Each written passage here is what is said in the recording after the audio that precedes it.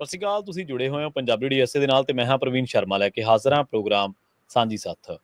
ਅੱਜ ਦਾ ਜਿਹੜਾ ਆਪਣਾ ਇਹ ਪ੍ਰੋਗਰਾਮ ਹੈ ਉਹ ਪੰਥਕ ਮਾਮਲਿਆਂ ਦੇ ਉੱਤੇ ਕੇਂਦਰਿਤ ਹੈ। ਜਦੋਂ ਵੀ ਪੰਥਕ ਮਾਮਲਿਆਂ ਸੰਬੰਧੀ ਕੋਈ ਗੱਲਬਾਤ ਹੁੰਦੀ ਆ ਤਾਂ ਇਹਦੇ ਵਿੱਚ ਸੰਗਤ ਜਿਹੜੀ ਆ ਉਹ ਸੋਚਦੀ ਹੈ ਵੀ ਇਹਨਾਂ ਮਾਮਲਿਆਂ ਦੇ ਉੱਤੇ ਨਿਬੇੜਨਾ ਕਿਉਂ ਨਹੀਂ ਹੁੰਦਾ, ਜਾਂ ਇਹਨਾਂ ਮਾਮਲਿਆਂ ਦੇ ਉੱਤੇ ਜਿਹੜਾ ਅਸਲ ਸਿਧਾਂਤ ਉਹ ਕੀ ਗੱਲ ਕਰਦਾ। ਤਾਜ਼ਾ ਜਿਹੜਾ ਮਸਲਾ ਉਹ ਇਹ ਹੈ ਕਿ ਸਿੰਘ ਸਾਹਿਬ ਗਿਆਨੀ ਰਘਵੀਰ ਸਿੰਘ ਜੀ ਜਿਹੜੇ ਨੇ ਉਹਨਾਂ ਨੇ ਆਪਣੇ ਅਹੁਦੇ ਤੋਂ ਫਾਰਗ ਕੀਤੇ ਜਾਣ ਤੋਂ ਲੈ ਕੇ ਅਦਾਲਤ ਤੱਕ ਜਿਹੜੀ ਰਸਾਈ ਆ ਉਹ ਕੀਤੀ ਹੈ ਤੇ ਅਦਾਲਤ ਤੱਕ ਰਸਾਈ ਕਰਕੇ ਉਹਨਾਂ ਨੇ ਕਿਹਾ ਕਿ ਐਸਜੀਪੀਸੀ ਜਿਹੜੀ ਆ ਉਹ ਮੇਰੀਆਂ ਸੇਵਾਵਾਂ ਜਿਹੜੀਆਂ ਨੇ ਉਹ ਖਤਮ ਕਰ ਸਕਦੀ ਹੈ। ਜਦੋਂ ਇਹ ਖਬਰ ਬਾਹਰ ਆਉਂਦੀ ਹੈ ਤਾਂ ਉਸ ਤੋਂ ਬਾਅਦ ਲੋਕ ਜਿਹੜੇ ਸੰਜੀਦਾ ਨੇ ਜਾਂ ਜਿਹੜੇ ਪੰਥਕ ਮਾਮਲਿਆਂ ਉੱਤੇ ਨਜ਼ਰ ਰੱਖਦੇ ਨੇ ਤਾਂ ਜਿੱਥੇ ਇਸ ਖਬਰ ਦੀ ਘੋਖ ਤੱਕ ਜਾਂਦੇ ਨੇ ਉੱਥੇ ਉਹ ਕਈ ਤਰ੍ਹਾਂ ਦੇ ਖਦਸ਼ੇ ਵੀ ਪ੍ਰਗਟ ਕਰਦੇ ਨੇ ਕਿ ਕੀ ਹੁਣ ਜਿਹੜੇ ਗੁਰਮਤ ਦੇ ਫੈਸਲੇ ਨੇ ਕੀ ਅਦਾਲਤਾਂ ਤੈਅ ਕਰਨਗੀਆਂ ਜਾਂ ਕੀ ਅਦਾਲਤਾਂ ਰਾਹੀਂ ਹੋਣਗੇ। ਆਪਣੇ ਸਾਹਮਣੇ ਦੋ ਮਿਸਾਲਾਂ ਵੀ ਨੇ। ਜਦੋਂ 1998-99 ਦੇ ਵਿੱਚ ਜਦੋਂ ਇੱਕ ਵਾਰੀ ਜਥੇਦਾਰ ਗੁਰਚਰਨ ਸਿੰਘ ਟੌਹੜਾ ਤੇ ਦਲਮੇਘ ਸਿੰਘ ਜੀ ਦਾ ਮਾਮਲਾ ਜਦੋਂ ਆਪਣੇ ਸਾਹਮਣੇ ਆਉਂਦਾ, ਜਾਂ ਉਸ ਤੋਂ ਬਾਅਦ ਦਲਜੀਤ ਸਿੰਘ ਜੀ ਵਾਲਾ ਜਦੋਂ ਮਾਮਲਾ ਆਪਣੇ ਸਾਹਮਣੇ ਆਉਂਦਾ, ਤਾਂ ਆਪਾਂ ਦੇਖਦੇ ਹਾਂ ਵੀ ਅਦਾਲਤਾਂ ਤੱਕ ਜਿਹੜੀ ਰਸਾਈ ਕੀਤੀ ਗਈ ਸੀ ਉਹਨਾਂ ਮਾਮਲਿਆਂ ਵਿੱਚ ਚੀਜ਼ਾਂ ਨੂੰ ਫਿਰ ਬਾਅਦ ਦੇ ਵਿੱਚ ਪਿੱਛੇ ਹਟਣਾ ਪਿਆ ਸੀਗਾ। ਇਹ ਜਿਹੜਾ ਤਾਜ਼ਾ ਮਾਮਲਾ ਆਪਾਂ ਇਹਦੇ ਉੱਤੇ ਚਰਚਾ ਕਿਉਂ ਕਰ ਰਹੇ ਹਾਂ, ਤੇ ਇਹਦੇ ਉੱਤੇ ਚਰਚਾ ਕਰਨ ਦੇ ਲਈ ਆਪਣੇ ਨਾਲ ਜੁੜ ਚੁੱਕੇ ਨੇ ਵਾਈਸ ਚਾਂਸਲਰ ਦਲਜੀਤ ਸਿੰਘ ਜੀ। ਆਪਣੇ ਨਾਲ ਵੱਖ-ਵੱਖ ਸਮਿਆਂ ਦੇ ਦੌਰਾਨ ਜੁੜਦੇ ਰਹਿੰਦੇ ਨੇ। ਪੰਜਾਬੀ ਮਾਂ ਬੋਲੀ ਬਾਰੇ ਬੜਾ ਆਲਾ ਦਰਜੇ ਦਾ ਉਹਨਾਂ ਨੇ ਪ੍ਰੋਗਰਾਮ ਆਪਣੇ ਨਾਲ ਸਾਂਝਾ ਕੀਤਾ ਸੀਗਾ। ਇੱਕ ਵਾਰ ਫਿਰ ਤੋਂ ਆਪਾਂ ਉਹਨਾਂ ਦੇ ਨਾਲ ਰਾਬਤਾ ਕਾਇਮ ਕਰਦੇ ਉਹਨਾਂ ਨੂੰ ਨਾਲ ਜੋੜਦੇ ਹਾਂ ਪ੍ਰੋਗਰਾਮ ਦੇ ਵਿੱਚ, ਤੇ ਉਸ ਤੋਂ ਬਾਅਦ ਇਹਨਾਂ ਸਾਰੇ ਸੰਦਰਭਾਂ ਨੂੰ, ਇਹਨਾਂ ਸਾਰੇ ਜੋ ਲੰਘੇ ਦਿਨਾਂ ਦੇ ਵਿੱਚ ਕੁਝ ਚੀਜ਼ਾਂ ਵਾਪਰੀਆਂ ਨੇ ਉਹਨਾਂ ਦੇ ਉੱਤੇ ਇੱਕ ਤੋਂ ਬਾਅਦ ਇੱਕ ਦੇ ਉੱਤੇ ਆਪਾਂ ਚਰਚਾ ਜਿਹੜੀ ਵੱਖ-ਵੱਖ ਪਹਿਲੂਆਂ ਤੋਂ ਕਰਨ ਦਾ ਯਤਨ ਕਰਾਂਗੇ।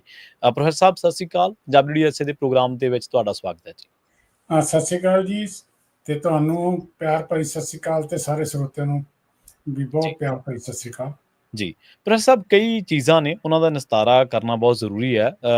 ਗਿਆਨੀ ਰਘਵੀਰ ਸਿੰਘ ਜੀ ਨੇ ਜਿਹੜੀ ਅਦਾਲਤ ਤੱਕ ਪਹੁੰਚ ਕੀਤੀ ਸੀ, ਉਹਨਾਂ ਨੇ ਸ਼ਾਇਦ ਹੁਣ ਉਹ ਜਿਹੜਾ ਮਾਮਲਾ ਫੈਸਲਾ ਆਪਣਾ ਉਹ ਵਾਪਸ ਲੈ ਲਿਆ, ਤੇ ਹੁਣ ਉਹ ਕਹਿੰਦੇ ਕਿ ਕੋਈ ਨਾ, ਜਿਸ ਤਰੀਕੇ ਦੇ ਨਾਲ ਕੁਝ ਪੰਥਕ ਸ਼ਖਸੀਅਤਾਂ ਦੇ ਵੱਲੋਂ ਉਹਨਾਂ ਨੂੰ ਭਰੋਸਾ ਦਿੱਤਾ ਗਿਆ, ਉਹ ਕਹਿੰਦੇ ਕਿ ਉਸ ਮਾਮਲੇ ਉੱਤੇ ਰਹਿ ਕੇ ਉਸ ਭਰੋਸੇ ਉੱਤੇ ਕਾਇਮ ਰਹਿ ਕੇ ਉਹ ਜਿਹੜੀਆਂ ਆਪਣੀਆਂ ਅਗਲੀਆਂ ਚਾਰਾਂ ਜੁਈਆਂ ਕਰਨਗੇ।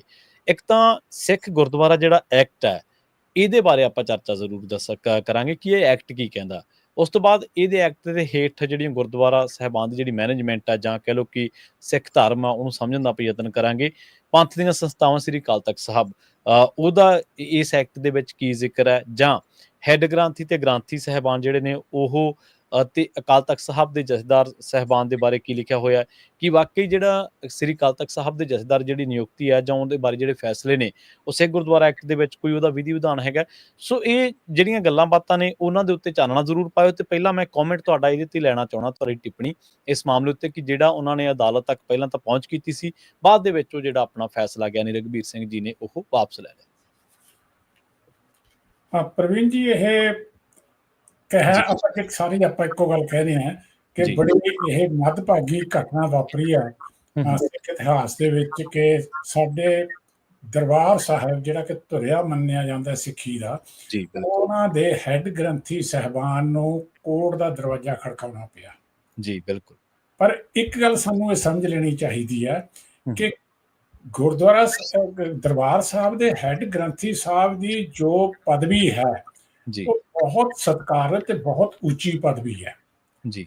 ਪਰ ਜਿਹੜੇ ਹਾਲਾਤਾਂ ਦੇ ਵਿੱਚੋਂ ਗਿਆਨੀ ਰਘਵੀਰ ਸਿੰਘ ਜੀ ਪਿਛਲੇ 5-6 ਮਹੀਨਿਆਂ ਤੋਂ ਗੁਜ਼ਰ ਰਹੇ ਨੇ, ਪਹਿਲਾਂ ਕਿਸੇ ਨੂੰ ਪਤਾ ਨਹੀਂ ਸੀ, ਲੇਕਿਨ ਜਦੋਂ 2 ਦਸੰਬਰ 2024 ਨੂੰ ਉਹ ਅਕਾਲ ਤਖਤ ਸਾਹਿਬ ਤੇ 5 ਸਿੰਘ ਸਵਾਨਾਂ ਵੱਲੋਂ ਆਪਣਾ ਹੁਕਮਨਾਮਾ ਜਾਰੀ ਕਰਦੇ ਨੇ ਜੀ ਜੀ, ਉਸ ਤੋਂ ਬਾਅਦ ਇੱਕ ਬਣੀ ਸੀ, ਇਹ ਧਾਰਨਾ ਬਣ ਗਈ ਸੀ ਸਿੱਖੀ ਦੇ ਵਿੱਚ ਕਿ ਹੁਣ ਸਿੱਖਾਂ ਦੀ ਜਿਹੜੀ ਸੰਸਥਾ ਅਕਾਲ ਤਖਤ ਸਾਹਿਬ ਹੈ ਉਹ ਸਰਵਉੱਚ ਹੋਣ ਜਾ ਰਹੀ ਹੈ, ਕਿਉਂਕਿ ਜਿਸ ਤਰੀਕੇ ਦੇ ਨਾਲ ਢਾਹ ਲਾਈ ਜਾ ਰਹੀ ਹੈ ਨਾ ਜੀ 1999 ਤੋਂ ਬਾਅਦ, ਮੈਂ ਜੇ ਕਹਾਂ ਤਾਂ ਬੜਾ ਹੀ ਬਦਕਿਸਮਤ ਇੱਕ ਇਤਿਹਾਸ ਰਿਹਾ ਇਸ ਦਾ।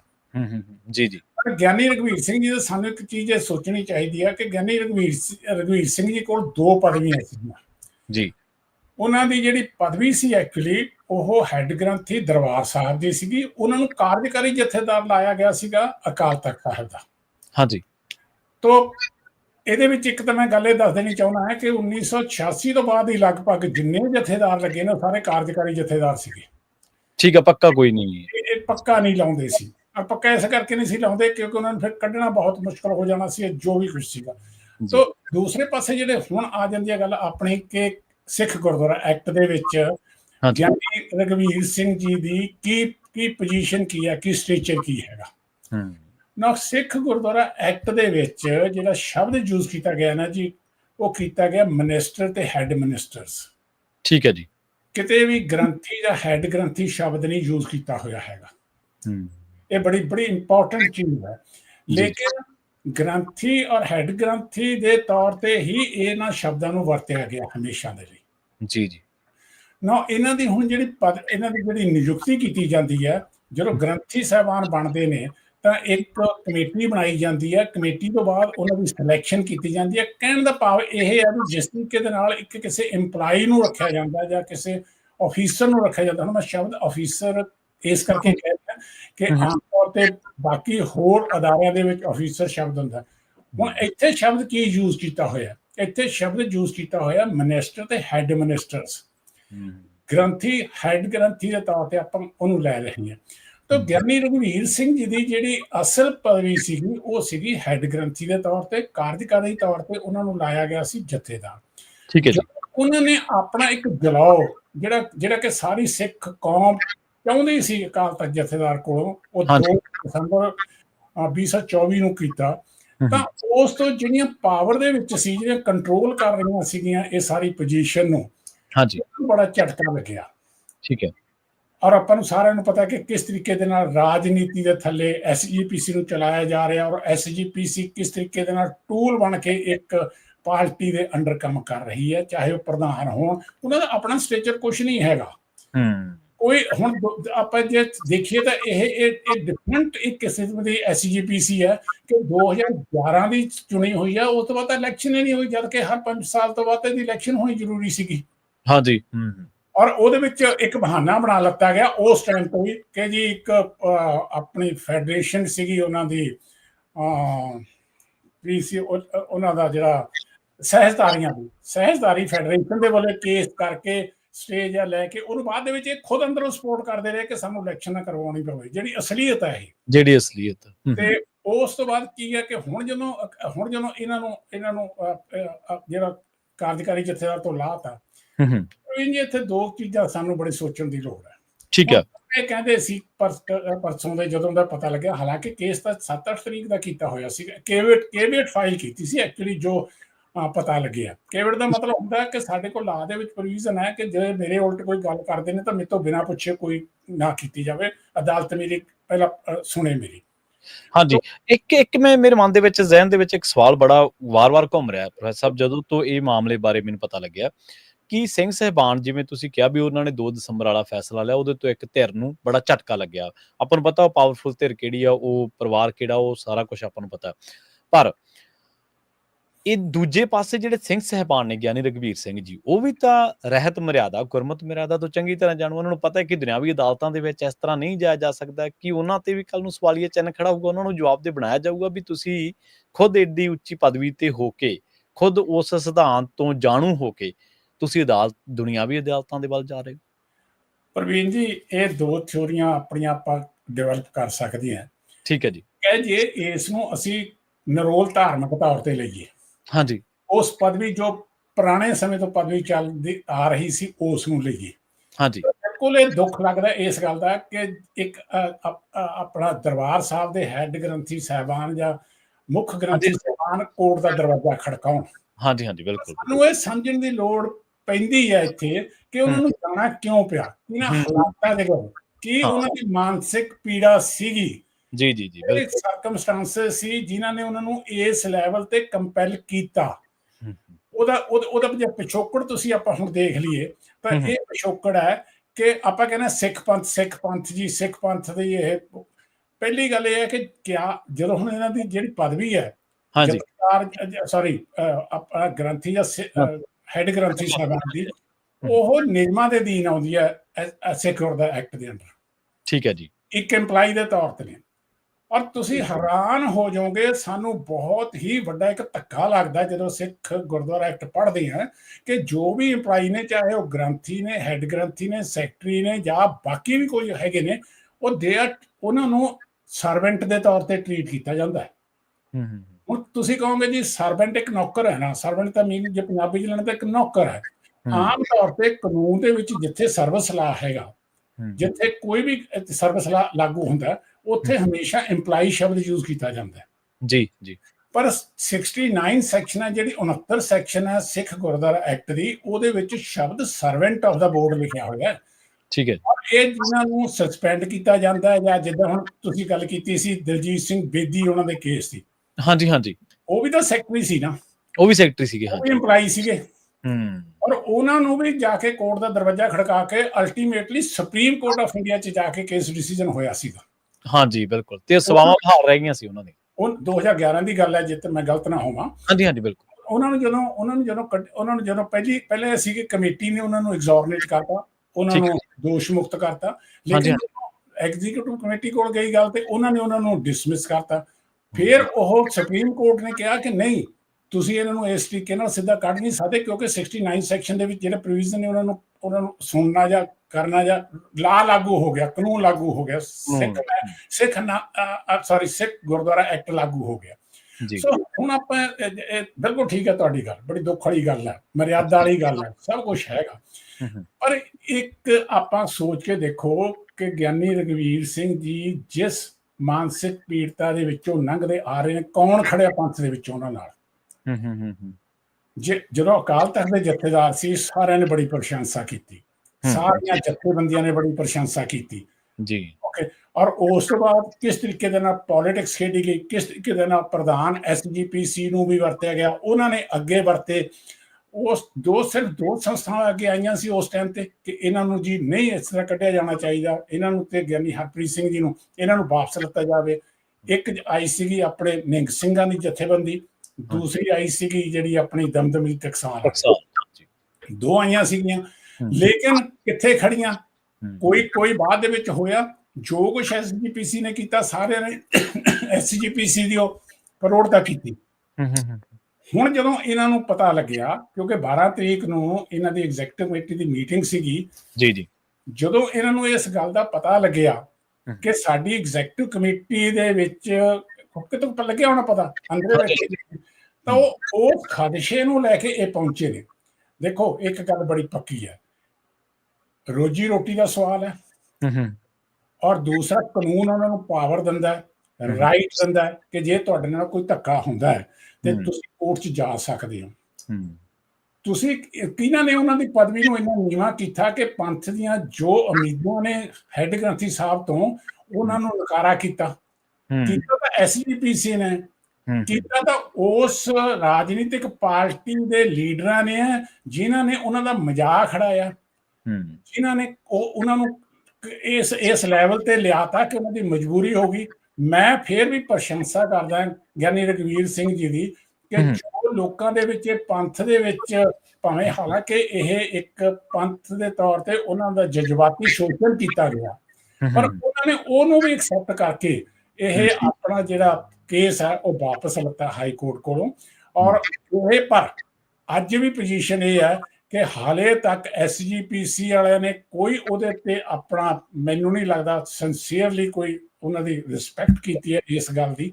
ਚਾਹੀਦਾ ਤਾਂ ਇਹ ਹੈ ਕਿ SGPC ਨੂੰ ਜਦੋਂ ਪਤਾ ਲੱਗ ਗਿਆ ਸੀ, ਉਹਨਾਂ ਨੂੰ ਤਾਂ ਪਤਾ 8, 9, 10 ਤਰੀਕ ਨੂੰ ਲੱਗ ਗਿਆ ਸੀ ਜੂਨ ਨੂੰ, ਉਹਨਾਂ ਨੂੰ ਹੁਣ ਅੰਦਰ ਖਾਤੇ ਕੀ ਹੁੰਦਾ ਰਿਹਾ ਆਪਾਂ ਹੁਣ ਇੱਥੇ ਨਹੀਂ ਪਤਾ ਕੀਤਾ। ਜਿੰਨਾ ਕੁ ਸੁਣਿਆ ਗਿਆ, ਜਿਹੜੇ ਬੰਦੇ ਕੰਸਰਨਡ ਨੇ, ਜਿੱਦਾਂ ਇੱਕ ਡਾਕਟਰ ਅਮਰਜੀਤ ਸਿੰਘ ਜੀ ਨੇ, ਉਹਨਾਂ ਦੀ ਅੱਜ ਹੀ ਮੈਂ ਇੰਟਰਵਿਊ ਸੁਣ ਰਿਹਾ ਸੀ ਕਿ ਉਹਨਾਂ ਨੇ ਗਿਆਨੀ ਰਘਵੀਰ ਸਿੰਘ ਜੀ ਨਾਲ ਅੱਜ ਮੁਲਾਕਾਤ ਕੀਤੀ ਸੀਗੀ, ਔਰ ਕੇਸ ਵਾਪਸ ਜਦੋਂ ਹੋਇਆ ਤਾਂ ਉਹਨਾਂ ਨੇ ਵੀ ਇੱਕੋ ਗੱਲ ਕਹੀ ਹੈ ਕਿ ਹਾਲੇ ਤੱਕ ਇਹ ਕਿਤੇ ਵੀ ਨਹੀਂ ਹੈਗਾ ਕਿ SGPC ਵੱਲੋਂ ਕੋਈ ਸਿੰਸੀਅਰ ਐਫਰਟਸ ਕੀਤੀ ਜਾ ਰਹੀ ਹੈ ਕਿ ਜੋ ਇਹਨਾਂ ਨੂੰ ਦੁੱਖ ਲੱਗਿਆ ਸੀ ਉਹਨੂੰ ਅਸੀਂ ਇਸ ਤਰੀਕੇ ਦੇ ਨਾਲ ਘਟਾ ਸਕੀਏ।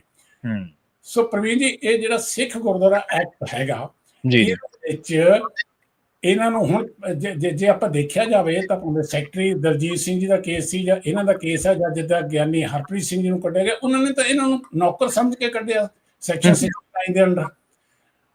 ਤੇ ਇਹ ਬੜੀ ਬਦਕਿਸਮਤੀ ਹੈ। ਸਾਨੂੰ ਸਿੱਖ ਗੁਰਦੁਆਰਾ ਐਕਟ ਵੱਲ ਸਾਰਿਆਂ ਨੂੰ ਪੜ੍ਹਨਾ ਚਾਹੀਦਾ, ਧਿਆਨ ਦੇਣਾ ਚਾਹੀਦਾ। ਜੀ।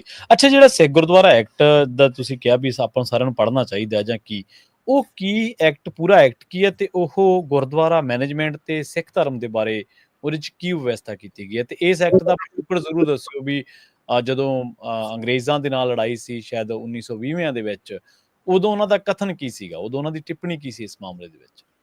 ਦੇਖੋ, ਗੱਲ ਇਹ ਹੈ ਕਿ ਜਿਹੜਾ ਸਿੱਖ ਗੁਰਦੁਆਰਾ ਐਕਟ ਹੈ, ਉਹਦਾ ਜੇ ਪਿਛੋਕੜ ਆਪਾਂ ਦੇਖੀਏ ਤਾਂ ਪਿਛੋਕੜ ਇਹ ਸੀ ਕਿ ਪਹਿਲਾਂ ਤਾਂ ਮਹੰਤਾਂ ਦਾ ਕਬਜ਼ਾ ਹੋਇਆ ਕਰਦਾ ਸੀ ਗੁਰਦੁਆਰਾ ਸਾਹਿਬ ਦੇ ਉੱਤੇ। ਉਦੋਂ ਸਿੱਖ ਪੰਥ ਇਹ ਚਾਹੁੰਦਾ ਸੀ ਕਿ ਇਹਨਾਂ ਤੋਂ ਛੁਟਕਾਰਾ ਮਿਲੇ, ਜਿੱਦਾਂ ਨਨਕਾਣਾ ਸਾਹਿਬ ਵਾਲਾ ਵਾਕਿਆ ਹੋਇਆ ਜਾਂ ਬਾਕੀ ਹੋਰ ਜਗ੍ਹਾ ਵੀ ਹੋਏ। ਉਸ ਤੋਂ ਬਾਅਦ ਜਦੋਂ ਅੰਗਰੇਜ਼ਾਂ ਦਾ ਕੰਟਰੋਲ ਹੋ ਗਿਆ ਤਾਂ ਅੰਗਰੇਜ਼ਾਂ ਦੇ ਟਾਈਮ ਦੇ ਉੱਤੇ ਸਿੱਖ ਇਹ ਡਿਮਾਂਡ ਕਰਨ ਲੱਗੇ, ਕੁਛ ਕੁ ਗਰੁੱਪ ਉਹਨਾਂ 'ਚ ਵੀ, ਹਾਲਾਂਕਿ ਕੁਛ ਤਾਂ ਅੰਦਰ ਫੜ ਕੇ ਕੀਤੇ ਹੋਏ ਸੀਗੇ, ਦੂਜੇ ਜਿਹੜੇ ਸੀਗੇ ਕੋਸ਼ਿਸ਼ ਕਰਨ ਲੱਗੇ ਕਿ ਸਾਨੂੰ ਜੀ ਸਾਡਾ ਐਕਟ ਬਣਾਓ, ਸਾਡਾ ਕਾਨੂੰਨ ਬਣਾਓ। ਤੋਂ ਪਹਿਲਾਂ ਤਾਂ 1922 ਦੇ ਵਿੱਚ ਇੱਕ ਕਾਨੂੰਨ ਬਣਾਤਾ ਅੰਗਰੇਜ਼ਾਂ ਨੇ, ਜਿਹਦਾ ਨਾਮ ਰੱਖਿਆ ਸਿੱਖ ਗੁਰਦੁਆਰਾ ਐਂਡ ਸ਼ਰਾਈਨਸ ਐਕਟ 1922। ਜੀ ਜੀ। ਉਹ ਆਮ ਤੌਰ ਤੇ ਇੱਕ ਤੇ ਉਹਦਾ ਜ਼ਿਕਰ ਨਹੀਂ ਆਉਂਦਾ ਜ਼ਿਆਦਾ, ਲੇਕਿਨ ਉਹ ਇਫੈਕਟਿਵ ਸੀਗਾ।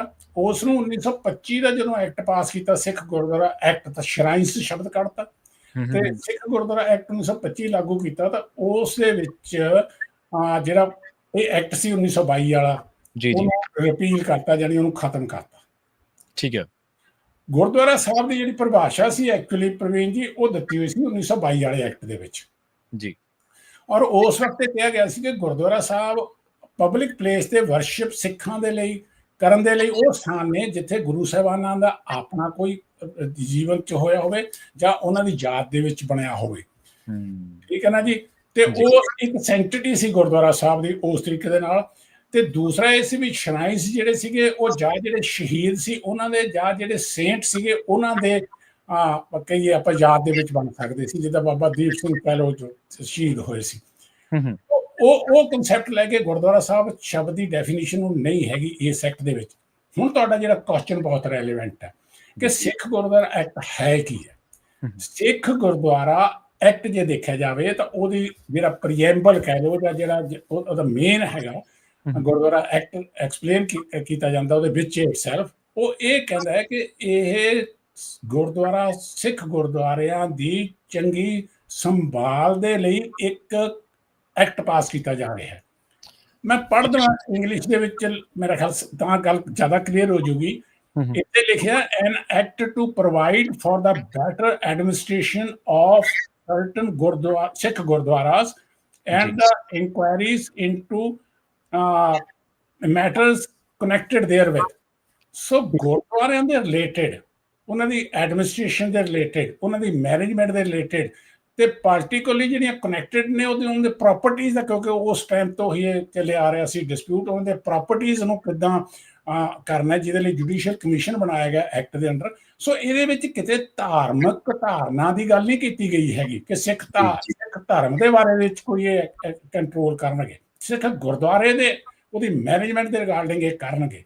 ਦੂਸਰਾ, ਇਹਦੇ ਵਿੱਚ ਸਿੱਖ ਪੰਥ ਦੀਆਂ ਜਿਹੜੀਆਂ ਇੰਸਟੀਟਿਊਸ਼ਨਸ ਨੇ, ਜਿਹਦੇ ਵਿੱਚ ਮੈਂ ਖਾਸ ਤੌਰ ਤੇ ਕਹਿਣਾ ਚਾਹੂੰਗਾ ਕਿ ਅਕਾਲ ਤਖਤ ਸਾਹਿਬ, ਅਕਾਲ ਤਖਤ ਕੀ ਹੈ ਜੀ? ਅਕਾਲ ਤਖਤ ਤਾਂ ਅਕਾਲ ਦਾ ਤਖਤ ਹੈ, ਉਹ ਸੁਪਰੀਮ ਪਾਵਰ ਦਾ ਤਖਤ ਹੈ। ਉੱਥੇ ਕਿਸੇ ਦਾ ਕੰਟਰੋਲ ਨਹੀਂ ਹੋਣਾ ਚਾਹੀਦਾ, ਜਿੱਦਾਂ ਇਹ ਕਰ ਰਹੇ ਨੇ ਅੱਜ SGPC ਵਾਲੇ ਜਾਂ ਪੋਲੀਟੀਕਲ ਪਾਰਟੀ ਵਾਲੇ। ਮਤਲਬ ਕਿ ਉਹ ਕਿਸੇ ਵੀ ਐਕਟ ਦੇ ਮਤਹਿਤ ਨਹੀਂ, ਆਪਾਂ ਇਹ ਕਹਿ ਸਕਦੇ ਹਾਂ ਸੌਖੇ ਸ਼ਬਦਾਂ ਦੇ ਵਿੱਚ? ਬਿਲਕੁਲ ਕਹਿ ਸਕਦੇ ਜੀ, ਬਿਲਕੁਲ ਨਹੀਂ ਹੈਗੇ। ਠੀਕ ਹੈ। ਹੁਣ ਤੁਹਾਡਾ ਜਿਹੜਾ ਇੱਕ ਹੁਣ ਆਮ ਆਪਣੇ ਸਾਰੇ ਸਰੋਤਿਆਂ ਦੇ ਮਾਈਂਡ 'ਚ ਇੱਕ ਗੱਲ ਆਊਗੀ ਕਿ ਜੇ ਨਹੀਂ ਹੈਗੇ ਤਾਂ ਫਿਰ ਅਪੁਆਇੰਟ ਕਿੱਦਾਂ ਕਰੀ ਜਾਂਦੇ ਨੇ? ਹਾਂਜੀ ਬਿਲਕੁਲ। ਜਿਹੜੇ ਜਥੇਦਾਰ ਨੇ ਉਹ SGPC ਦੀਆਂ ਮੀਟਿੰਗਾਂ ਕਿੱਦਾਂ ਅਟੈਂਡ ਕਰੀ ਜਾ ਰਹੇ ਨੇ? ਤਾਂ ਉਹਦੇ ਵਿੱਚ ਮੈਂ ਦੱਸਣਾ ਚਾਹੁੰਦਾ ਕਿ ਸੈਕਸ਼ਨ 43 ਇਹ ਜਿਹੜੀ ਹੈ ਨਾ ਜੀ, ਪਹਿਲਾਂ 43 ਸੀ, ਹੁਣ 43 ਇਹ ਅਮੈਂਡਡ ਸੈਕਸ਼ਨ ਹੈ ਜਿਸ 'ਚ SGPC ਬੋਰਡ ਦੀ ਬਣਤਰ ਬਾਰੇ ਦੱਸਿਆ ਗਿਆ ਹੈਗਾ।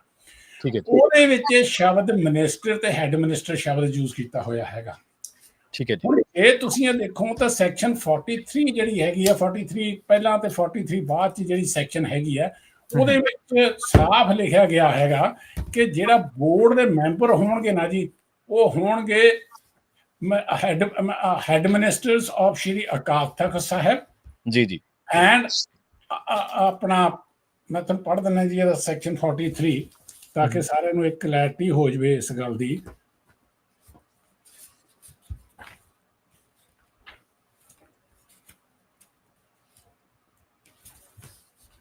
ਉਹਦੇ 'ਚ ਜੀ ਲਿਖਿਆ ਹੋਇਆ ਕਿ head ministers of Shri Darbar Sahib ਠੀਕ ਹੈ ਜੀ।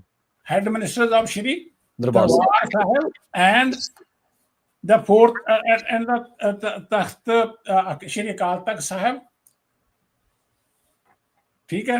ਹੁਣ ਆਪਾਂ ਨੂੰ ਇੱਕ ਦੇਖਣ ਵਾਲੀ ਗੱਲ ਹੈਗੀ ਆ ਇਹ ਕਿ the head ministers of Darbar Sahib Amritsar and the following four ਤਖਤ ਸ਼੍ਰੀ ਅਕਾਲ ਤਖਤ ਸਾਹਿਬ, ਸ਼੍ਰੀ ਕੇਸਗੜ੍ਹ ਸਾਹਿਬ, ਸ਼੍ਰੀ ਪਟਨਾ ਸਾਹਿਬ ਤੇ ਸ਼੍ਰੀ ਹਜੂਰ ਸਾਹਿਬ, ਇਹ ਬੋਰਡ ਦੀ ਬਣਤਰ ਦੇ ਵਿੱਚ ਸ਼ਬਦ ਲਿਖਿਆ ਹੋਇਆ ਜੀ। ਹੁਣ ਪ੍ਰਵੀਨ ਜੀ ਇੱਥੇ ਬੜੀ ਆਪਣਾ ਲੀਗਲੀ ਤੌਰ ਤੇ ਵੀ ਔਰ ਅਦਰਵਾਈਜ਼ ਆਪ ਦੇ ਸਮਝਣ ਦੇ ਤੌਰ ਤੇ ਹੈ ਕਿ ਕਿਆ ਦਰਬਾਰ ਸਾਹਿਬ ਦੇ ਹੈਡ ਮਿਨਿਸਟਰ ਜਥੇਦਾਰ ਨੇ? ਕਿਆ ਦਰਬਾਰ ਸਾਹਿਬ ਦੇ ਜਥੇਦਾਰ ਹੈਗੇ ਨੇ ਕੋਈ? ਜੀ ਜੀ ਜੀ। ਦਰਬਾਰ ਸਾਹਿਬ ਦੇ ਤਾਂ ਜਥੇਦਾਰ ਕੋਈ ਹੈ ਹੀ ਨਹੀਂ ਗੇ। ਗ੍ਰੰਥੀ ਸਿੰਘ, ਗ੍ਰੰਥੀ ਸਿੰਘ ਨੇ, ਹੈਡ ਗ੍ਰੰਥੀ ਨੇ, ਜਿੱਦਾਂ ਰਘਵੀਰ ਸਿੰਘ ਜੀ ਨੇ ਅੱਜ ਕੱਲ। ਸੋ ਹੁਣ ਜਿਹੜਾ ਜੇ ਇੰਟਰਪ੍ਰੀਟੇਸ਼ਨ ਜਿਹੜੀ ਆ ਕਾਨੂੰਨ ਮੁਤਾਬਕ ਕਰਾਂਗੇ ਤਾਂ head minister Darbar Sahib means head ਗ੍ਰੰਥੀ, head ministers of Akal Takht. ਹੁਣ head ministers of Akal Takht ਨੂੰ ਅਸੀਂ ਜਥੇਦਾਰ ਨਹੀਂ ਕਹਿ ਸਕਦੇ, head ministers of Akal Takht ਨੂੰ ਅਸੀਂ ਹੈਡ ਗ੍ਰੰਥੀ ਆਫ ਦਰਬਾਰ ਸਾਹਿਬ ਕਹਾਂਗੇ ਜੀ। Head ministers of Damdama Sahib ਨੂੰ ਅਸੀਂ ਹੈਡ ਮਿਨਿਸਟਰਸ ਜਥੇਦਾਰ ਨਹੀਂ ਕਹਾਂਗੇ, ਉੱਥੇ ਹੈਡ ਗ੍ਰੰਥੀ ਕਹਾਂਗੇ। ਹੁਣ ਪ੍ਰਵੀਨ ਜੀ ਇੱਕ ਆਮ ਆਪਣੀ ਸੰਗਤ ਦੇ ਦਿਮਾਗ 'ਚ ਇੱਕ ਗੱਲ ਆਊਗੀ ਸਰੋਤਿਆਂ ਦੇ ਕਿ ਕਿਆ ਅਕਾਲ ਤਖਤ ਗੁਰਦੁਆਰਾ ਹੈ? ਕਿਆ ਬਾਕੀ ਤਖਤ ਗੁਰਦੁਆਰੇ ਨੇ? ਗੁਰਦੁਆਰੇ ਨੇ, ਸਹੀ। ਹਾਂਜੀ, ਸਾਨੂੰ ਸਮਝਣ ਦੀ ਇਹ ਲੋੜ ਹੈਗੀ ਹੈ ਕਿ ਇਹ ਸੰਸਥਾਵਾਂ ਦਾ ਦੋ ਵੱਖਰਾ ਵੱਖਰਾ ਸਟੇਚਰ ਹੈ। ਠੀਕ ਹੈ ਜੀ।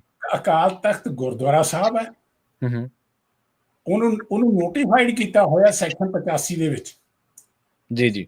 ਅਕਾਲ ਤਖਤ ਸਾਹਿਬ ਗੁਰਦੁਆਰੇ ਦੇ ਤੌਰ ਤੇ ਨੋਟੀਫਾਈਡ ਗੁਰਦੁਆਰਾ 85 ਚ ਸੈਕਸ਼ਨ 85 ਚ ਕੀਤਾ ਹੋਇਆ। ਠੀਕ ਹੈ। ਇਸੇ ਤਰੀਕੇ ਨਾਲ ਦਮਦਮਾ ਸਾਹਿਬ ਵਾਲਾ ਕੀਤਾ ਹੋਇਆ, ਕੇਸਗੜ੍ਹ ਸਾਹਿਬ ਵਾਲਾ ਕੀਤੇ ਹੋਏ ਨੇ ਤਖਤ ਨੇ।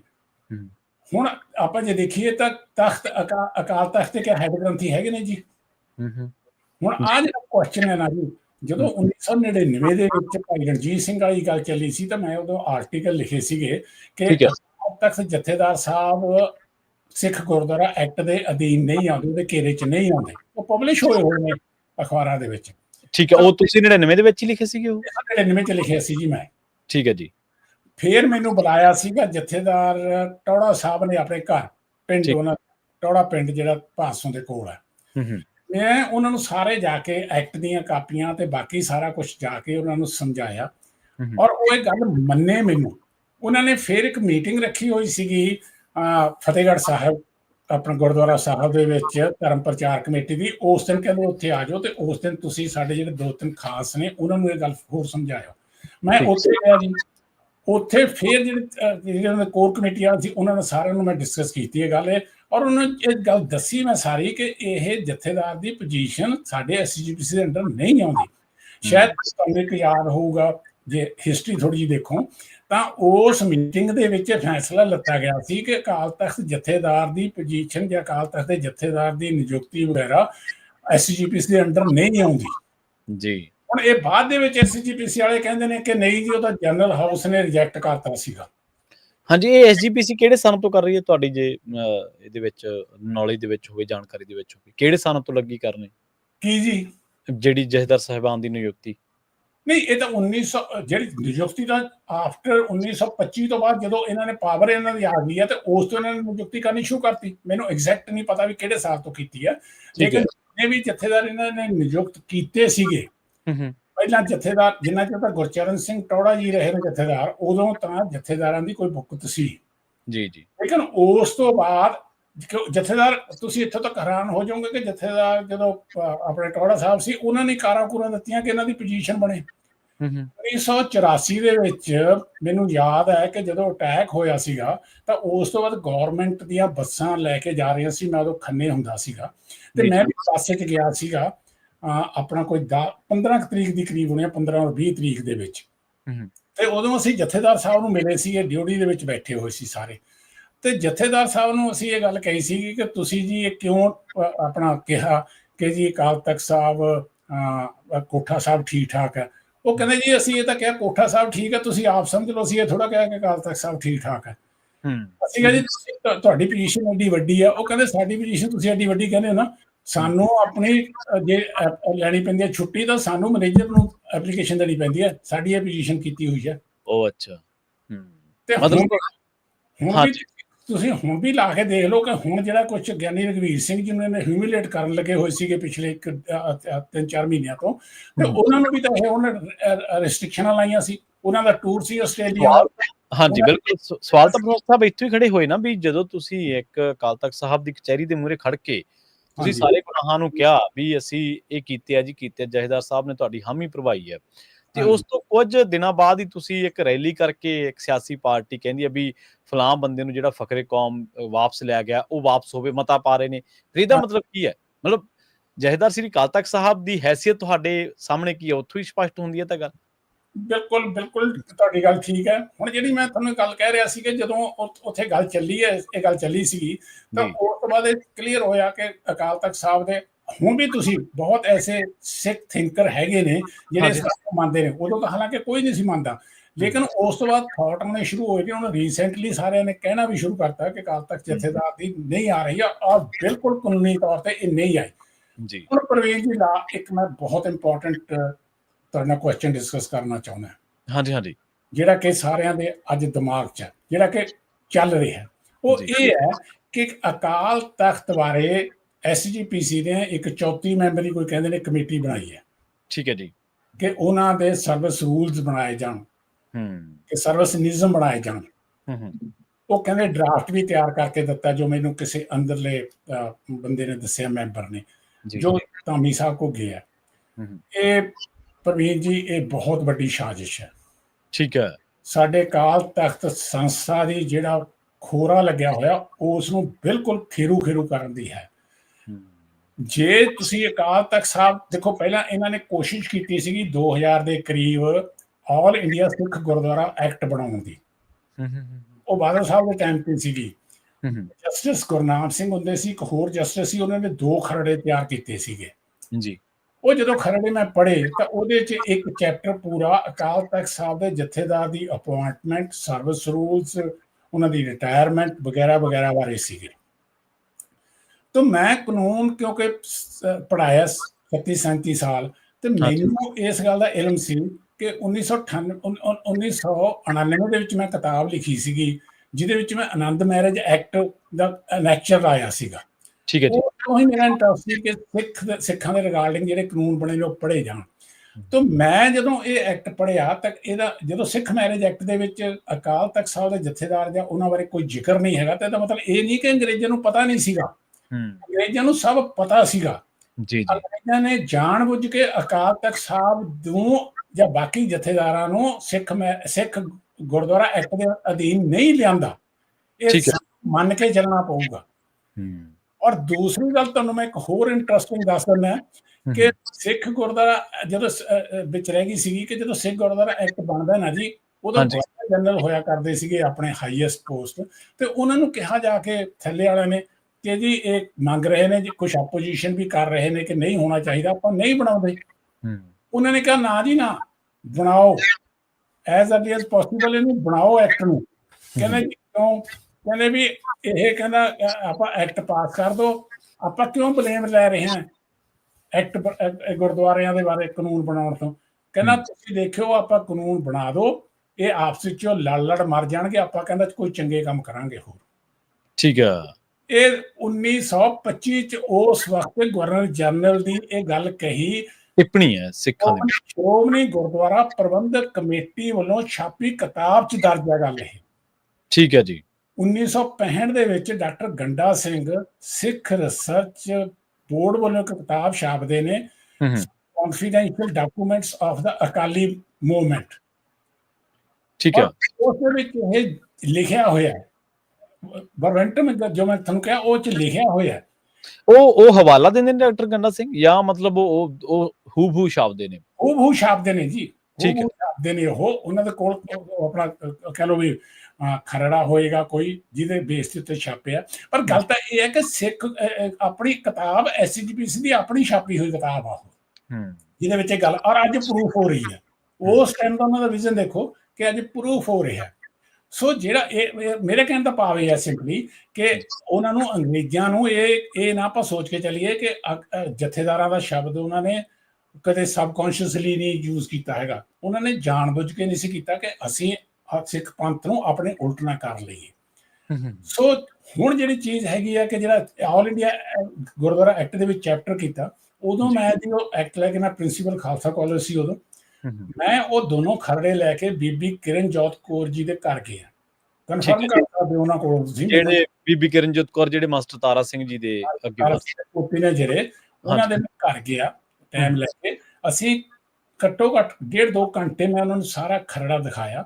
ਉਹਨਾਂ ਨੂੰ ਮੈਂ ਕਿਹਾ ਜੀ ਜੇ ਇਹ ਪਾਸ ਹੋ ਜਾਂਦਾ ਹੈ, ਜਿਹੜਾ ਅੱਜ ਹੁਣ ਅਨਫੋਰਚੂਨੇਟ ਐਸਪੈਕਟ ਹੈ, ਜੇ ਪਾਸ ਹੋ ਜਾਂਦਾ ਹੈ ਤਾਂ ਜਥੇਦਾਰ ਅਕਾਲ ਤਖਤ ਦੀ ਪਦਵੀ ਜਿਹੜੀ ਆ ਉਹ ਕਾਨੂੰਨ ਦੇ ਘੇਰੇ ਚ ਆ ਜੂਗੀ। ਹੁਣ ਤੱਕ ਤਾਂ ਨਹੀਂ ਹੈਗਾ, ਹੁਣ ਤੱਕ ਤਾਂ ਨਹੀਂ, ਕਿਉਂਕਿ ਜਥੇਦਾਰ ਜਦੋਂ ਤੁਸੀਂ ਕਿਸੇ ਨੂੰ ਤਨਖਾਹੀਆ ਕਰਾਰ ਦਿੰਦੇ ਨੇ, ਜਥੇਦਾਰ ਧਰਮ ਚੋਂ ਛੇਕਦੇ ਨੇ, ਇਹ ਕਾਨੂੰਨ ਦੇ ਤੌਰ ਤੇ ਜੇ ਆਪਣਾ ਟੈਸਟ ਹੋਣਾ ਸ਼ੁਰੂ ਹੋ ਗਿਆ, ਕਿਤੇ ਸਟੈਂਡ ਨਹੀਂ ਕਰਨੀਆਂ ਗੱਲਾਂ, ਧਰਮ ਵੀ ਇਹ ਗੱਲ ਕਹਿੰਦਾ ਹੋਵੇ। ਸਾਡੀ ਇੰਡੀਪੈਂਡੈਂਟ ਸੰਸਥਾ ਹੈਗੀ ਆ ਇਹ, ਸਾਡੇ ਆਪਣੇ ਸਿੱਖ ਪੰਥ ਦੀ ਮਹਾਨ ਹੈਗੀ ਆ ਸੰਸਥਾ, ਤਾਂ ਉਸ ਕਰਕੇ ਐਕਸੈਪਟ ਕੀਤਾ ਜਾ ਰਿਹਾ ਪਬਲਿਕ ਵੱਲੋਂ। ਦੇਖੋ ਜੀ, ਜਿਹੜੀ ਮਹਾਨਤਾ ਹੈ ਉਹ ਜਿਵੇਂ ਸਿਆਣੇ ਵੀ ਕਹਿੰਦੇ, ਪ੍ਰੋਫੈਸਰ ਸਾਹਿਬ ਵੀ, ਮਹਾਨਤਾ ਸਿਰਫ ਆਪਾਂ ਮਹਾਨ ਕਹਿਣ ਕਰਕੇ ਮਹਾਨਤਾ ਨਹੀਂ ਰਹਿੰਦੀ, ਮਹਾਨਤਾ ਤਾਂ ਰਹਿੰਦੀ ਵੀ ਉਹਦਾ ਕੋਈ ਵਜੂਦ ਹੁੰਦਾ, ਕੋਈ ਸਿਧਾਂਤ ਹੁੰਦਾ, ਕਿਸੇ ਬੁਨਿਆਦ ਤੇ ਖੜੀ ਰਹਿੰਦੀ ਹੈ ਜੀ। ਇਹ ਵਜੂਦ ਇਸੇ ਕਰਕੇ ਹੈ ਕਿ ਕਾਨੂੰਨ ਦੇ ਘੇਰੇ 'ਚ ਨਹੀਂ ਹੈਗਾ। ਕਿਰਨਜੋਤ ਕੌਰ ਨੇ ਉਦੋਂ ਮੈਨੂੰ ਇਹ ਕਿਹਾ ਸੀ ਕਿ ਮੈਂ ਆਪਣੇ ਆਪ ਬਾਦਲ ਸਾਹਿਬ ਨਾਲ ਬਾਕੀ ਨਾਲ ਗੱਲ ਕਰੂੰਗੀ ਕਿ ਇਹ, ਮੈਂ ਉਹਨਾਂ ਨੂੰ ਕਿਹਾ ਸੀ ਕਿ ਜੇ ਚਾਹੁੰਦੇ ਹੋ ਨਾ ਤੁਸੀਂ ਆਲ ਇੰਡੀਆ ਐਕਟ ਪਾਸ ਕਰਾ ਲਓ, ਪਰ ਉਹ 'ਚੋਂ ਅਕਾਲ ਤਖਤ ਸਾਹਿਬ ਦਾ ਚੈਪਟਰ ਕੱਢ ਦਿਓ। ਠੀਕ ਹੈ, ਬੀਬੀ ਕਿਰਨਜੋਤ ਜੀ ਕੋਲੋਂ ਤੁਸੀਂ ਪੁੱਛ ਸਕਦੇ ਹੋ ਗੱਲ। ਇਹ ਉਹਨਾਂ ਨੇ ਸਹਿਮਤੀ ਪ੍ਰਗਟਾਈ ਫਿਰ ਬਾਅਦ ਦੇ ਵਿੱਚ? ਹਾਂਜੀ, ਉਹਨਾਂ ਨੇ ਸਹਿਮਤੀ ਦਿੱਤੀ ਆਪਣੀ ਕਿ ਹਾਂ ਤੁਹਾਡੀ, ਉਹਨਾਂ ਨੇ ਸਹਿਮਤੀ ਵੀ ਦਿੱਤੀ। ਔਰ ਮੇਰਾ ਖਿਆਲ ਆ, ਮੈਨੂੰ ਬਾਅਦ ਚ ਪੱਕਾ ਤਾਂ ਨਹੀਂ ਪਤਾ, ਪਰ ਐਫਰਟਸ ਕੀਤੀਆਂ ਕਿ ਉਸ ਤੋਂ ਬਾਅਦ ਠੰਡੇ ਬਸਤੇ 'ਚ ਪੈ ਗਿਆ ਸੀ ਐਕਟ। ਠੀਕ ਹੈ, ਕਰਕੇ ਆਲ ਇੰਡੀਆ ਸਿੱਖ ਗੁਰਦੁਆਰਾ ਐਕਟ ਮੁੜ ਕੇ ਕਦੇ ਉੱਠੀ ਨਹੀਂ ਡਿਮਾਂਡ। ਜੀ ਹੁਣ ਜਿਹੜੀ ਜੀ ਮੈਂ ਹਾਂਜੀ, ਤੁਸੀਂ ਕੰਟੀਨਿਊ ਕਰੋ ਪਲੀਜ਼। ਹਾਂਜੀ, ਮੈਂ ਇੱਕ ਆਖਰੀ ਸ਼ਬਦ ਕਹਿ ਕੇ ਇੱਕ ਤੁਹਾਨੂੰ ਦੇ ਕੇ ਕਹਿ ਰਿਹਾ ਕਿ ਇਸੇ ਬਣਾ ਦੇ ਉੱਤੇ ਹੁਣ ਜਿਹੜੀ ਇਹਨਾਂ ਨੇ ਕਮੇਟੀ ਬਣਾਈ ਹੋਈ ਹੈ ਅਕਾਲ ਤਖਤ ਸਾਹਿਬ ਦੇ ਸਰਵਿਸ ਰੂਲਸ ਬਣਾਉਣ ਦੇ ਲਈ, ਜਾਂ ਨਿਯਮ ਜਿਹਨੂੰ ਕਹਿ ਰਹੇ ਬਣਾਉਣ ਦੇ ਲਈ, ਉਹ ਬੜੀ ਮੱਦਭਾਗੀ ਹੈ। ਜੇ ਇਹ ਰੂਲਸ ਬਣ ਕੇ ਜੀ, ਤਾਂ ਜਿੱਦਾਂ ਹੁਣ ਸਾਡੇ ਹੈੱਡ ਗ੍ਰੰਥੀ ਸਾਹਿਬ ਗਏ ਨੇ ਹਾਈ ਕੋਰਟ ਦੇ ਕੋਲ, ਤਾਂ ਕੋਈ ਬੰਦਾ ਅਕਾਲ ਤਖਤ ਦੇ ਜਿਹੜੇ ਬੰਦੇ ਆਉਂਦੇ ਨੇ ਉਹ ਤਖਤ ਦੇ ਲਾਇਕ ਹੈਗੇ ਕਿ ਨਹੀਂ ਹੈਗੇ, ਸਾਨੂੰ ਤਾਂ ਅੱਜ ਇਹ ਸੋਚਣ ਦੀ ਲੋੜ ਪਈ ਹੋਈ ਹੈ। ਜਿਸ ਤਰੀਕੇ ਦੇ ਨਾਲ ਅੱਜ ਜਿਹੜੇ ਕਾਰਜਕਾਰੀ ਜਥੇਦਾਰ ਬਣੇ ਨੇ, ਨਾ ਉਹਨਾਂ ਨੂੰ ਪੰਥ ਨੇ ਐਕਸੈਪਟ ਕੀਤਾ, ਰਾਤ ਨੂੰ ਉੱਥੇ ਚੋਰੀ ਛੁਪੇ ਉਹ ਗੁਰੂ ਗ੍ਰੰਥ ਸਾਹਿਬ ਦੀ ਚੱਲਦੇ ਪਾਠ ਦੇ ਵਿੱਚ ਜਾ ਕੇ ਤੇ ਕਮਰੇ ਦੇ ਵਿੱਚ ਇਹ ਕੀਤਾ ਸ਼ੁਰੂ ਦੇ ਵਿੱਚ ਕਿ ਜੀ ਉਹ ਤਾਂ ਕੇਸਗੜ੍ਹ ਸਾਹਿਬ ਦੇ ਤਖਤ ਦੇ ਉੱਤੇ ਗਏ, ਉੱਥੇ ਪ੍ਰਕਾਸ਼ ਕੀਤਾ ਹੋਇਆ ਸੀ। ਜਦੋਂ ਇਹ ਕਨਫਰਮ ਹੋ ਗਿਆ ਉਹਨਾਂ ਦੀ ਵੀਡੀਓ ਤੋਂ ਕਿ ਉੱਥੇ ਤਾਂ ਪ੍ਰਕਾਸ਼ ਹੈ ਹੀ ਨਹੀਂ ਸੀਗਾ, ਫਿਰ ਉਹਨਾਂ ਨੇ ਕਿਸੇ ਕਮਰੇ ਦੇ ਵਿੱਚ ਜਾ ਕੇ ਦਸਤਾਰ ਉੱਥੇ ਰੱਖੀ, ਨਾ ਕੋਈ ਮੈਂਬਰ ਉੱਥੇ ਪ੍ਰੈਜ਼ੈਂਟ, ਨਾ ਉੱਥੇ SGPC ਦੇ ਪ੍ਰੈਜ਼ੀਡੈਂਟ ਉੱਥੇ, ਨਾ ਇਹ ਸਾਰਾ ਕੁਝ ਦੇਖ ਕੇ ਸਾਨੂੰ ਇਹ ਸੋਚਣ ਦੀ ਲੋੜ ਹੈ ਕਿ ਗੁਰੂ ਗ੍ਰੰਥ ਸਾਹਿਬ ਜਿਹੜਾ ਲਿਖਿਆ ਤਖਤ ਕੇ ਲਾਇਕ ਬੈਠਾ, ਜਿਹੜੇ ਤਖਤ ਦੇ ਲਾਇਕ ਹੀ ਨਹੀਂ ਹੈਗੇ ਉਹ ਸਾਡੇ ਜਥੇਦਾਰ ਬਣਨਗੇ ਕੱਲ੍ਹ ਨੂੰ। ਹੁਣ ਜੋ ਕੁਝ ਹੋ ਰਿਹਾ ਅੱਜ, ਗੜਗੜ ਸਾਹਿਬ ਉਹ ਆਪਣਾ ਜਿਹੜਾ ਚੀਫ ਖਾਲਸਾ ਦੀਵਾਨ ਦੇ ਮੈਂਬਰਾਂ ਨੂੰ ਸੰਮਣ ਕਰ ਰਹੇ ਨੇ, ਸਾਰਿਆਂ ਨੂੰ, ਇਹ ਕਾਹਦੇ ਕਰਕੇ? ਸਿਰਫ ਆਪਣੀ ਕਹਿ ਲਈਏ ਵੀ ਪੋਜੀਸ਼ਨ ਨੂੰ ਜਸਟੀਫਾਈ ਕਰਨ ਕਿ ਮੈਂ ਵੀ ਜਥੇਦਾਰ ਹੈਗਾ। ਅਦਰਵਾਈਜ਼ ਪਤਾ ਉਹਨਾਂ ਨੂੰ ਵੀ ਅੰਦਰੋਂ ਹੈਗਾ ਕਿ ਉਹਨਾਂ ਨੂੰ ਕਿਸੇ ਨੇ ਐਕਸੈਪਟ ਨਹੀਂ ਕੀਤਾ ਹੋਇਆ ਹੈਗਾ, ਪਬਲਿਕ ਪੰਥ ਨੇ ਕਿਤੇ ਐਕਸੈਪਟ ਨਹੀਂ ਕੀਤਾ। ਜਦੋਂ ਪਹਿਲਾਂ ਜਥੇਦਾਰ ਬਣਦੇ ਸੀ ਤਾਂ ਜਥੇਦਾਰ ਉਹਨਾਂ ਚਿਰ ਤੱਕ ਆਪਣਾ ਚਾਰਜ ਨਹੀਂ ਸੀ ਲੈਂਦੇ ਅਪਾਇੰਟਮੈਂਟ ਕਰਨ ਤੋਂ ਬਾਅਦ, ਈਵਨ SGPC ਤੋਂ ਬਾਅਦ ਅਪਾਇੰਟਮੈਂਟ ਕਰਨ ਤੋਂ ਬਾਅਦ ਵੀ, ਚਾਹੇ ਪੂਰਨ ਸਿੰਘ ਸੀਗੇ, ਚਾਹੇ ਗੁਰਬਚਨ ਸਿੰਘ ਜੀ ਸੀਗੇ, ਚਾਹੇ ਉਦੋਂ ਪਹਿਲਾਂ ਕੋਈ ਵੀ ਸੀਗੇ, ਬੇਨੰਤੀ ਜੀ ਸੀਗੇ, ਉਹਨਾਂ ਨੂੰ ਜਦੋਂ ਅਪਾਇੰਟਮੈਂਟ ਕਰ ਦਿੱਤਾ ਜਾਂਦਾ ਸੀ ਨਾ, ਡਿਕਲੇਅਰ ਕਰ ਦਿੱਤਾ ਜਾਂਦਾ ਸੀ, ਉਸ ਤੋਂ ਬਾਅਦ ਅਕਾਲ ਤਖਤ ਸਾਹਿਬ ਦੇ ਉੱਤੇ ਬੈਠ ਕੇ ਉਹਨਾਂ ਨੂੰ ਵੱਖ-ਵੱਖ ਸੰਸਥਾਵਾਂ ਜਿਨ੍ਹਾਂ ਦੇ ਵਿੱਚ ਇਸ ਆਪਣੀਆਂ ਸਿੱਖ ਜਥੇਬੰਦੀਆਂ ਦੀਆਂ ਸਾਰੀਆਂ ਸੰਸਥਾਵਾਂ ਸੀ, ਉਹ ਜਾ ਕੇ ਦਸਤਾਰ ਪੇਸ਼ ਕਰਦਿਆਂ ਸੀ, ਉਹਦੇ ਬਾਅਦ ਉਹ ਚਾਰਜ ਲੈਂਦੇ ਸੀਗੇ। ਸੋ ਇਹ ਖਦਸ਼ਾ ਜਿਹੜਾ ਹੁਣ ਹੈਗਾ ਕਿ ਜੇ ਰੂਲਸ ਰੈਗੂਲੇਸ਼ਨ ਬਣਾਤੇ, ਕੱਲ ਨੂੰ ਉਹ ਜੇ ਉਹਨਾਂ ਨੂੰ ਕਿਸੇ ਨੂੰ ਹਟਾਤਾ ਜਿਹੜੇ ਡਿਜ਼ਰਵ ਨਹੀਂ ਕਰਦੇ, ਉਹਨਾਂ ਦਾ ਮਿੰਟ ਦੇ ਵਿੱਚ ਹਾਈ ਕੋਰਟ ਜਾਣਾ, ਉਹਨਾਂ ਨੇ ਕੋਈ ਪੰਥ ਨਹੀਂ ਦੇਖਣਾ ਹੈਗਾ, ਉਹਨਾਂ ਨੇ ਕੋਈ ਮਰਿਆਦਾ ਨਹੀਂ ਦੇਖਣੀ ਹੈਗੀ, ਉਹਨਾਂ ਨੇ ਕੋਈ ਵਾਪਸ ਵੀ ਨਹੀਂ ਲੈਣਾ ਹੈਗਾ, ਉਹ ਤਾਂ ਅੜਨਗੇ। ਸੋ ਇਸ ਕਰਕੇ ਰੱਬ ਦਾ ਵਾਸਤਾ ਇਹਨਾਂ ਨੂੰ ਸੋਚਣਾ ਚਾਹੀਦਾ, ਆਪਣੇ ਜਿਹੜੇ ਬੰਦੇ ਇਹਨਾਂ ਦੇ ਵਿੱਚ ਪਾ ਕੇ ਕਮੇਟੀਆਂ ਤੋਂ ਕੋਈ ਰਿਕਮੈਂਡੇਸ਼ਨ ਕਰਾ ਕੇ ਇਹ ਜਿਸ ਅਕਾਲ ਤਖਤ ਸਾਹਿਬ ਦੇ ਨਿਯਮ ਬਣਾਉਣਗੇ ਨਾ ਜੀ, ਉਹ ਸਭ ਤੋਂ ਵੱਡਾ ਘਾਤਕ ਕਦਮ ਹੋਏਗਾ। ਜੀ ਤੇ ਉਹਦੇ ਨਾਲ ਇਹ ਵੀ ਹੋ ਜਾਊਗਾ ਵੀ ਉਹ ਜਿਹੜੀ ਹੁਣ ਮੌਜੂਦਾ ਆਪਣੀ ਨਿਆਂਤੰਤਰ ਹੈ, ਜਿਹੜਾ ਹੁਣ ਦਾ ਜਿਹੜਾ ਜੁਡੀਸ਼ੀਅਲ ਸਿਸਟਮ ਆ, ਉਹਦੇ ਮਤਹਿਤ ਹੋ ਜਾਣਗੇ, ਜਿਹੜਾ ਕਿ ਨਹੀਂ ਹੋਣਾ ਚਾਹੀਦਾ ਕਿਸੇ ਵੀ ਤਰੀਕੇ ਦੇ ਨਾਲ। ਮੈਂ ਇੱਕ ਬਿਲਕੁਲ ਹੈਗਾ ਜੀ, ਕਿਉਂਕਿ ਇਹ ਤਾਂ ਕਾਨੂੰਨ ਦਾ ਇੱਕ ਫੰਡਾ ਹੀ ਹੈ ਜੀ। ਸਭ ਤੋਂ ਹੂੰ, ਵੱਡਾ ਅਸੂਲ ਇਹ ਹੈ ਵੀ ਜੇ ਕੋਈ ਕਾਨੂੰਨ ਬਣਾਇਆ ਹੋਇਆ ਕਿਸੇ ਕੰਟਰੀ ਦੇ ਵਿੱਚ, ਹਾਂਜੀ, ਜੇ ਸਿੱਖ ਗੁਰਦੁਆਰਾ ਐਕਟ ਕਾਨੂੰਨ ਦੇ ਅੰਡਰ ਹੈ, 1925 ਚ ਭਾਵੇਂ ਬਣਿਆ, 1947 ਤੋਂ ਬਾਅਦ ਇਹਨੂੰ ਲਾਗੂ ਰੱਖਿਆ ਗਿਆ। ਜਿੱਦਾਂ ਠੀਕ ਹੈ ਜੀ। ਆਨੰਦ ਮੈਰਿਜ ਐਕਟ 1909 ਚ ਬਣਿਆ ਸੀ, 1947 ਤੋਂ ਬਾਅਦ ਉਹਨੂੰ ਲਾਗੂ ਰੱਖਿਆ ਗਿਆ। ਅੱਜ ਵੀ 1909 ਦਾ ਐਕਟ ਹੀ ਲਾਗੂ ਹੈ, ਆਨੰਦ ਮੈਰਿਜ ਐਕਟ ਇੰਡੀਆ ਦੇ ਵਿੱਚ। ਹੂੰ, ਹੂੰ, ਹੂੰ। ਤੋ ਇਸੇ ਤਰੀਕੇ ਦੇ ਨਾਲ 1925 ਵਾਲਾ ਸਿੱਖ ਗੁਰਦੁਆਰਾ ਐਕਟ ਸੇਮ ਲਾਗੂ ਹੈ। ਸੋ ਜੇ ਇਹਨਾਂ ਦੀ ਪੋਜੀਸ਼ਨ ਉਸ ਨਿਯਮ ਬਣਾ ਤੇ, ਜਿਹੜੇ ਜੀ। ਕਿ ਬਣਾ ਨਹੀਂ ਸਕਦੇ, ਕਿਉਂਕਿ ਹੂੰ, ਇਹ ਗੁਰਦੁਆਰਾ ਸਾਹਿਬ ਦੇ ਨਹੀਂ ਹੈਗੇ। ਅਕਾਲ ਤਖਤ ਜਥੇਦਾਰ, ਅਕਾਲ ਤਖਤ ਗੁਰਦੁਆਰਾ ਸਾਹਿਬ ਦਾ ਇੰਚਾਰਜ ਨਹੀਂ ਹੈਗੇ ਇਹ, ਉਹਦੇ ਹੈਡ ਠੀਕ ਹੈ। ਨਹੀਂ ਹੈਗੇ ਇਹ ਹੂੰ, ਤਾਂ ਅਕਾਲ ਤਖਤ ਦੇ ਜਥੇਦਾਰ ਦੀ ਪੋਜੀਸ਼ਨ ਤੇ ਬੈਠੇ ਨੇ। ਹੈਡ ਗ੍ਰੰਥੀ ਜਾਂ ਹੈਡ ਮਿਨਿਸਟਰ ਦੀ ਪੋਜੀਸ਼ਨ ਚ ਨਹੀਂ ਹੈਗੇ, ਜਿਨ੍ਹਾਂ ਬਾਰੇ ਠੀਕ ਰੂਲ ਹੈ। ਬਣਾ ਦੇਣਗੇ। ਹੂੰ, ਹੂੰ। ਹਾਂਜੀ। ਜੀ, ਜੀ, ਬਿਲਕੁਲ। ਆਪਾਂ ਜਿਹੜੀ ਗੱਲਬਾਤ ਕਰ ਰਹੇ ਹਾਂ, ਉਸ ਗੱਲਬਾਤ ਨੂੰ ਜਿਹੜਾ ਕਰਨ ਦਾ ਸੰਦਰਭ ਜਾਂ ਮਕਸਦ ਇਸ ਕਰਕੇ ਹੋਇਆ ਵੀ ਲੰਘੇ ਦਿਨਾਂ ਦੇ ਵਿੱਚ ਪੰਥਕ ਮਾਮਲਿਆਂ ਦੇ ਵਿੱਚ ਕੁਝ ਅਜਿਹੀਆਂ ਘਟਨਾਵਾਂ ਵਾਪਰੀਆਂ, ਜਿਨ੍ਹਾਂ ਨੇ ਇਹ ਸੋਚਣ ਤੇ ਮਜਬੂਰ ਕੀਤਾ ਵੀ ਕੀ ਜਥੇਦਾਰ ਸਾਹਿਬਾਨ ਜਿਹੜੇ ਨੇ, ਜਿਨ੍ਹਾਂ ਦੀ ਨਿਯੁਕਤੀ ਹੁੰਦੀ ਹੈ ਜਾਂ ਉਹਨਾਂ ਨੂੰ ਫਾਰਗ ਕੀਤੇ ਜਾਣ ਦਾ ਜਿਹੜਾ ਤਰੀਕਾਕਾਰ ਹੈ, ਕਿ ਉਹ ਇਸੇ ਤਰੀਕਾਕਾਰ ਹੈ ਵੀ ਉਹਨਾਂ ਨੂੰ ਜਦੋਂ ਜੀ ਕੀਤਾ ਇੱਕ ਵਿਅਕਤੀ ਵਿਸ਼ੇਸ਼ ਦੀ ਮਰਜ਼ੀ ਦੇ ਨਾਲ ਹਟਾ ਦਿਓ, ਜਾਂ ਕੋਈ ਹੋਰ ਤਰੀਕਾਕਾਰ ਹੈ, ਜਾਂ ਉਹਨਾਂ ਨੂੰ ਜਿਹੜੀ ਅਪਾਇੰਟ ਕੀਤਾ ਜਾਂਦਾ, ਕਿ ਉਹ ਵਾਜਬ ਤਰੀਕੇ ਦੇ ਨਾਲ ਅਪਾਇੰਟ ਕੀਤਾ ਜਾਂਦਾ, ਜਾਂ ਫਿਰ ਉਹ ਕਿਉਂ ਨੇ।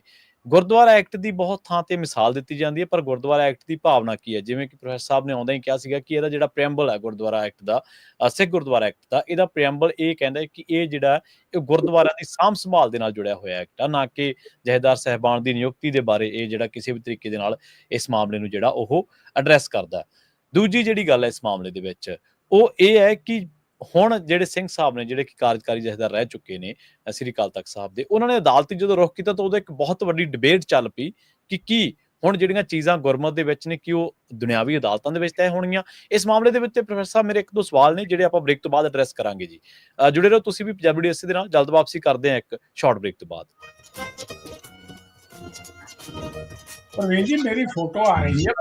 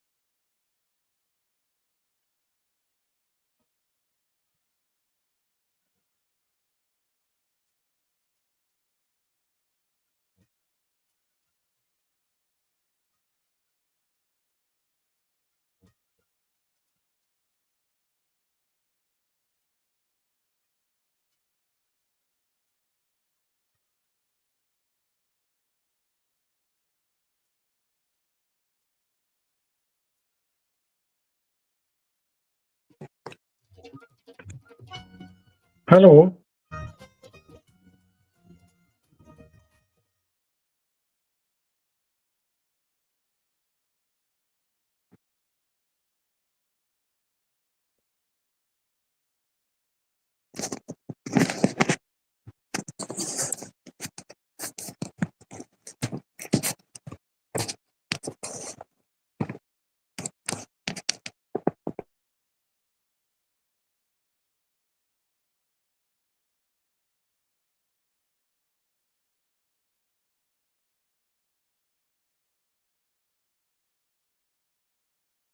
ਹੈਲੋ।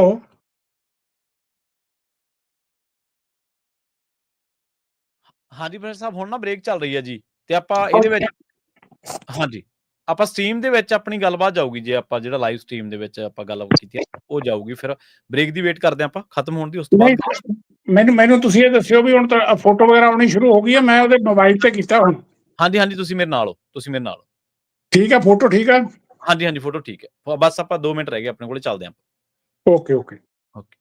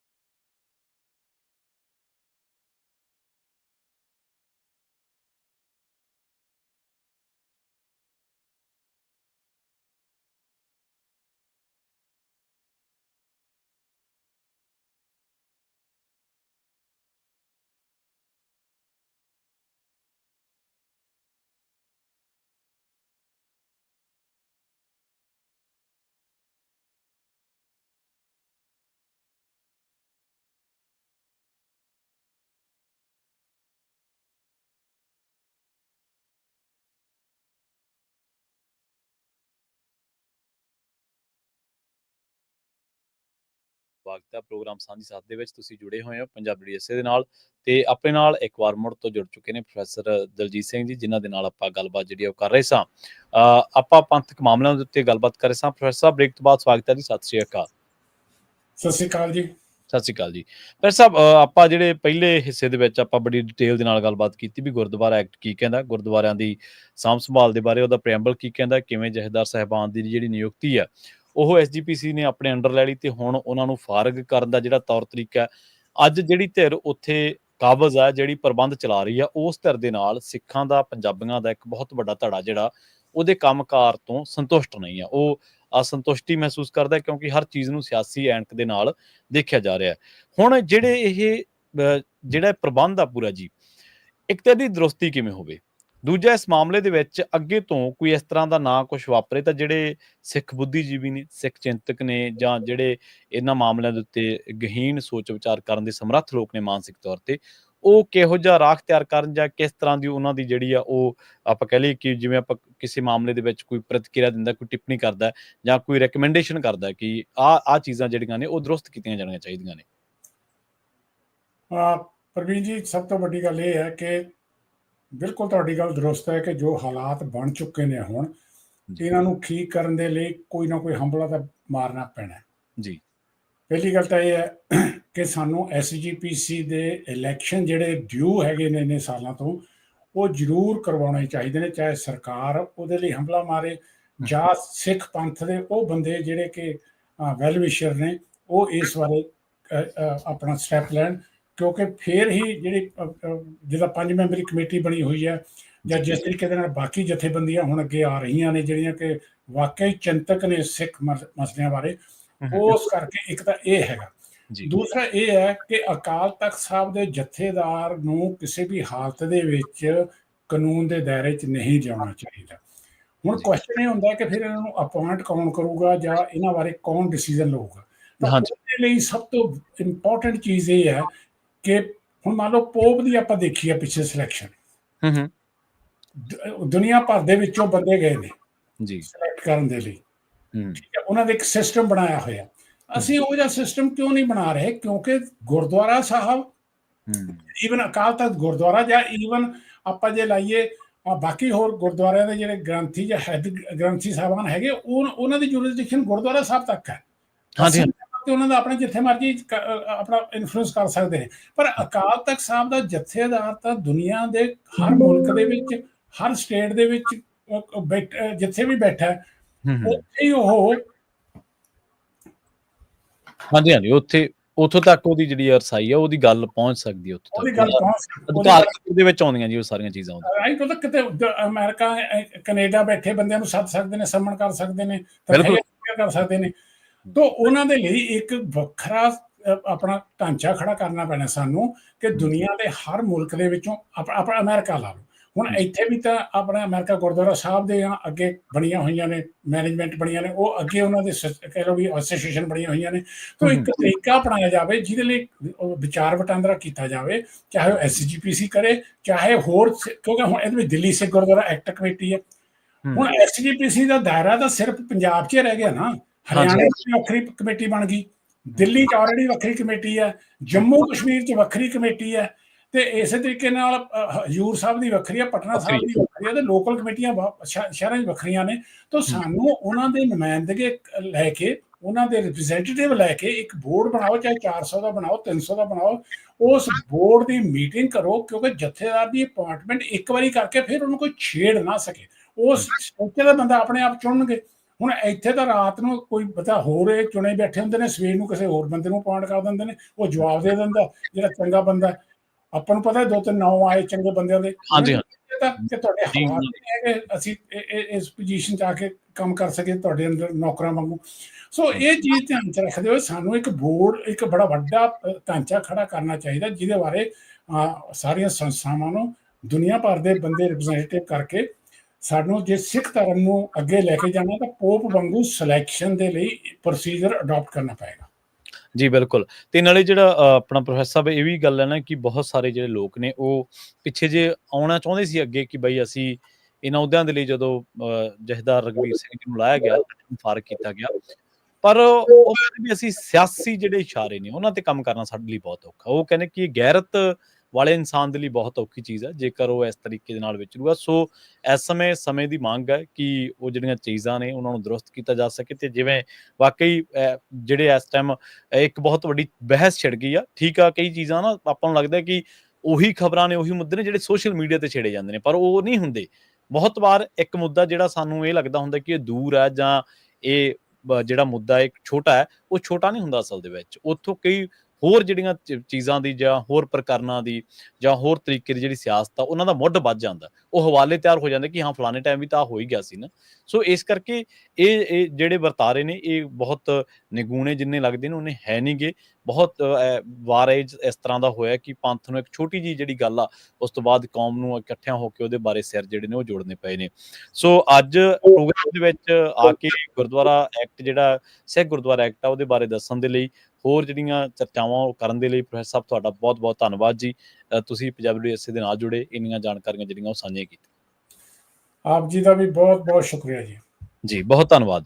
ਤੇ ਆਪਣੇ ਨਾਲ ਜੁੜੇ ਸਨ ਪ੍ਰੋਫੈਸਰ ਦਲਜੀਤ ਸਿੰਘ ਜੀ। ਪ੍ਰੋਫੈਸਰ ਦਲਜੀਤ ਸਿੰਘ ਜੀ ਜਿਹੜੇ ਨੇ ਉਹ ਪੰਜਾਬ ਦੇ ਵਿੱਚ ਜਿਵੇਂ ਉਹਨਾਂ ਨੇ ਖਾਲਸਾ ਕਾਲਜ ਦਾ ਜ਼ਿਕਰ ਕੀਤਾ, ਇਸ ਤਰ੍ਹਾਂ ਬਹੁਤ ਵੱਡੇ ਅਦਾਰਿਆਂ ਦੇ ਵਿੱਚ ਆਪਣੀਆਂ ਸੇਵਾਵਾਂ ਦੇ ਚੁੱਕੇ ਨੇ।